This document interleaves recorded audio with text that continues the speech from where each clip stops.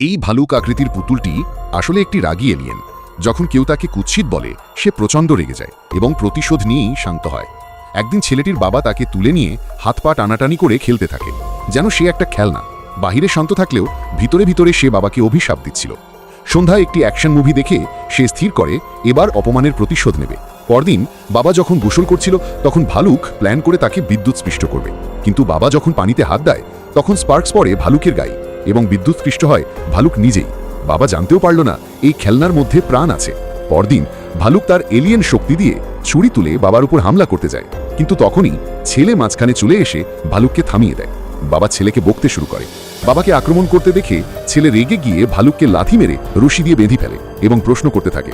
কিন্তু এসবের কিছুই ভালুকের উপর প্রভাব ফেলে না, কারণ সে পরিবারের ভালোবাসা চিনত না।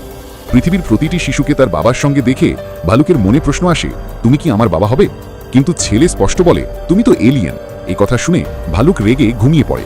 রাতে আবার সে বাবার উপর হামলার চেষ্টা করে, কিন্তু তখনই ছেলের কথা মনে পড়ে যায়। সে এখনও পরিবারের ভালোবাসা বুঝতে শেখেনি, তাই সে বাবাকে ছেড়ে দেয়। পরদিন সকালে সে তার ভুলের জন্য ক্ষমা চায়, কিন্তু ছেলে তখনও রেগে গিয়ে ভালুককে মারতে থাকে। ঠিক তখনই পিয়ানো টিচার আসে, যে ছেলেকে পিয়ানো শেখাতে এসেছিল। ছেলের তার সাহায্য দরকার ছিল, কিন্তু ভালুক রাগ করে চুপচাপ দাঁড়িয়ে থাকে। অসহায় হয়ে ছেলে নিজেই পিয়ানো বাজাতে চেষ্টা করে, কিন্তু তার বাজানো সুর শুনেই টিচারের কান দিয়ে রক্ত বের হয় এবং সে ভয়ে বাড়ি ছেড়ে পালিয়ে যায়। টিচার চলে যেতেই বাবা ছেলেকে বকতে শুরু করে এবং তাদের মধ্যে তুমুল ঝগড়া হয়। আসলে ছেলে সঙ্গীত পছন্দ করত না, তার মন মহাকাশ আর গ্রহ নক্ষত্রে ছিল। এ কথা শুনে বাবা কথা দেয়, যদি সে পিয়ানো প্রতিযোগিতায় জেতে তাহলে তাকে আর পিয়ানো শেখার জন্য জোর করা হবে না। এই কথা শুনে ভালুক স্থির করে ছেলেকে সাহায্য করবে। সে তাকে একটি জাদুকরী কমলা খাওয়ায়, যা খাওয়ার পর ছেলের কানে জাদুর শক্তি চলে আসে।